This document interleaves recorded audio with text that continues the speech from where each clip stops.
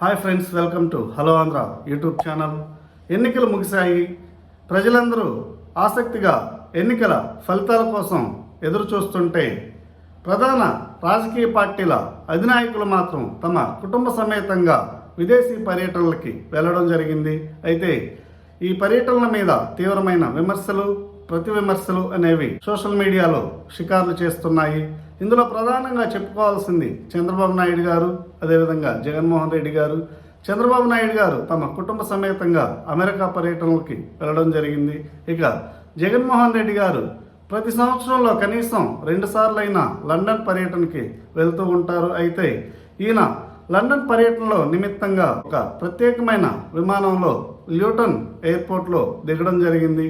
అయితే దీని మీద విపరీతమైన స్పెక్యులేషన్స్ అనేవి వస్తున్నాయి. దీనికి ప్రధాన కారణం ఆయన మీద ఇప్పటికే ఎన్ఫోర్స్మెంట్ డైరెక్టరేట్ పెట్టినటువంటి మనీ లాండరింగ్ కేసులు. అయితే ఈయన లండన్కి ప్రతిసారి మనీ లాండరింగ్ చేయడానికే వెళ్తుంటారు. ఎందుకంటే లండన్ అనేది ప్రపంచంలో ఉన్నటువంటి అన్ని సిటీల్లో కూడా మనీ లాండరింగ్లో అగ్రగామి అని చెప్పుకోవాలి.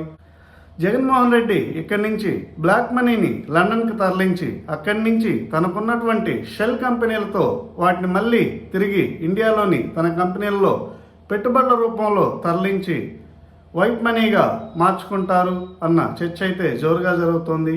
దీనికి బలం చేకూరేలా కొన్ని ఆధారాలు అయితే లభ్యమవడం జరిగింది. ఈ ఆధారాల్లో ప్రధానంగా వైఎస్ జగన్మోహన్ రెడ్డికి బ్రదర్స్ అయినటువంటి వైఎస్ సునీల్ రెడ్డి, వైఎస్ అనిల్ రెడ్డికి సంబంధించినటువంటి కొన్ని షెల్ కంపెనీలు లండన్లో రిజిస్టర్ చేశారు.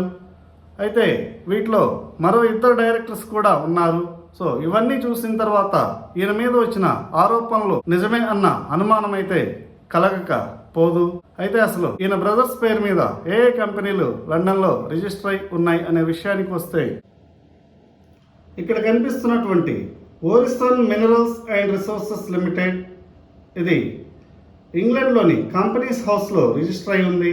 ఈ కంపెనీ నంబర్ 11442830. అదేవిధంగా ఒకసారి స్క్రోల్ డౌన్ చేసినట్లయితే ఇక్కడ కంపెనీ డైరెక్టర్స్ ఎవరు అనే విషయానికి వస్తే ఇక్కడ 4 డైరెక్టర్స్ ఉన్నారు. వీరిలో దొంతిరెడ్డి సురేష్ అనే ఒకతను. అడ్రస్ చూడండి, ఇక్కడ 85 great Portland street, first floor, London, England. ఈయన ఒక director. In date of birth 1972. ఈయన డైరెక్టర్గా 2019లో అపాయింట్ అయ్యారు. అదేవిధంగా ఈయన కంట్రీ ఆఫ్ రెసిడెన్స్ అనేది యునైటెడ్ స్టేట్స్, అదేవిధంగా నేషనాలిటీ కూడా అమెరికన్ నేషనాలిటీగా ఉంది. ఇక ఆక్యుపేషన్ వచ్చేసరికి కంపెనీలో డైరెక్టర్గా ఉన్నారు. ఇక చూడండి, రెండవ వ్యక్తి Perikala Kanakayya, correspondence address same. మొదటి వ్యక్తి అడ్రస్. ఇక ఈయన రోల్ కూడా డైరెక్టర్, ఈయన కూడా యాక్టివ్గా ఉన్నారు. ఈయన కూడా 2019 5th డిసెంబర్ని అపాయింట్ చేశారు. ఈయన డేట్ ఆఫ్ బర్త్ జూలై 1969. ఈయన నేషనాలిటీ బ్రిటిష్ నేషనాలిటీ, అనగా ఈయన బ్రిటిష్ సిటిజన్. ఇక ఈయన కంట్రీ ఆఫ్ రెసిడెన్స్ అనేది యునైటెడ్ కింగ్డమ్. ఈయన ఆక్యుపేషన్ కూడా ఈ కంపెనీలో వన్ ఆఫ్ ద డైరెక్టర్. ఇక ఇక్కడి నుంచి మనం గమనించాలి, ఇక్కడ ఎడుగూరి సందేంటి అనిల్ రెడ్డి, ఈయన జగన్ బ్రదర్స్లో ఒకళ్ళు. సో ఈయన డేట్ ఆఫ్ బర్త్ మే 1974. ఈయన అపాయింట్ అయింది 2nd July 2018. Nationality Indian, country of residence అనేది ఇండియా, ఆక్యుపేషన్ డైరెక్టర్.